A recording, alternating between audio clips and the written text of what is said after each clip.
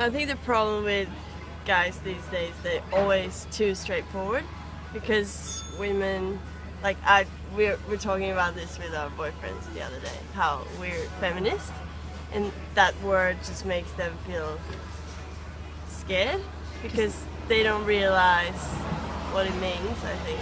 Even though I've conducted hundreds and hundreds of interviews talking about men, women, gender differences, it's very rare that I actually found an individual who identified themselves as a feminist. I want to thank the women in that clip because it was extremely interesting to hear them call themselves feminists in the context of their boyfriends who were scared by that label. Now, I can't speak for her boyfriend or for other men, but if a woman told me that she was a culture warrior, if she's a feminist or she's an anti-feminist, whatever side of the culture war that she's on, if she told me that, then I wouldn't want to date her. There's a woman that I know, she's an older woman, she's in her 50s, and she's passionately against genetic modification of food. She's a real activist. She does fundraising events, she lobbies politicians, she organizes protests. She's really hardcore against GM. Now, regardless of what you think of genetic modification, from a distance, you might think that you should admire this woman. Look at how passionate and dedicated she is. But I don't see it that way. I don't admire her at all. The reason for that is because I know what her personal life is like, and it's a disaster. She's married to a genuinely abusive man who's horrible to her and her 2 sons. The children in that household are completely miserable, and I know that multiple times they have asked her, begged her to give up the activism. You can see what's going on here. She is avoiding the problems in her personal life by taking up a social cause. For her, she finds it easier to confront Monsanto than to confront her own husband. Of course, in the beginning, I had sympathy for her and what she was going through, but as time goes on, when she takes no action to improve her home life, she just engages in more and more of this social activism. My sympathy gets less and less and less to the point where it's gone and it's replaced with judgment. As a mother, it's your responsibility to protect your children, to raise them in a happy and healthy household. And you are sacrificing them because it's too much work for you to actually look at your own personal life, to take some responsibility for what role you had in creating this situation and taking the necessary steps to make it better. By fighting against genetic modification and taking up this social cause, she is avoiding responsibility, and that is a choice that I do not respect. This is why when a woman tells me that she's a culture warrior in some way, it's a big red flag. Now, don't get me wrong, I am extremely glad that there are people out there fighting for these kinds of issues.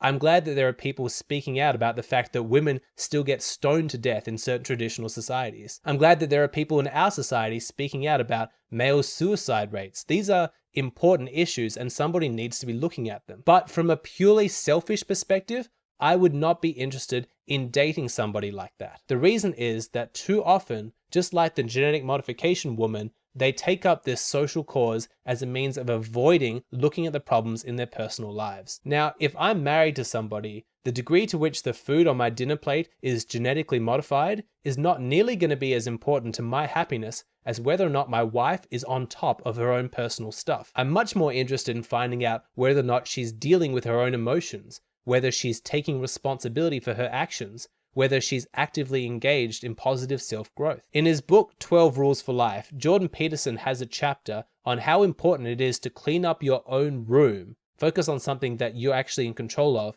before you leave the house and go out onto the street fighting a bunch of social causes that you don't know anything really about. I couldn't agree more with this advice. What makes you think you know how to fix the world when you can't even keep your room tidy? Now, I'm the kind of person who likes to stop and talk to protesters, regardless of what side of an issue they're on. I just find that anthropologically fascinating to speak to people like that. I've met some very wise people at protests like that, and I've met some women who say very, very interesting things, but I've felt no desire to actually date them. I know that this is a generalization, but from my experience, when I've met activists, people who are really engaged in social causes, they haven't seemed like particularly well-adjusted people to me. Even if I agree with the cause that they're fighting for, they just seem to be hyper-emotional to me and too often motivated by anger and hatred. Now that I've said that, there is one exception that I remember. I was speaking to a woman from Greenpeace and I remember saying, "Oh gosh, is the planet dying? What are you going to tell me? What's the bad news?"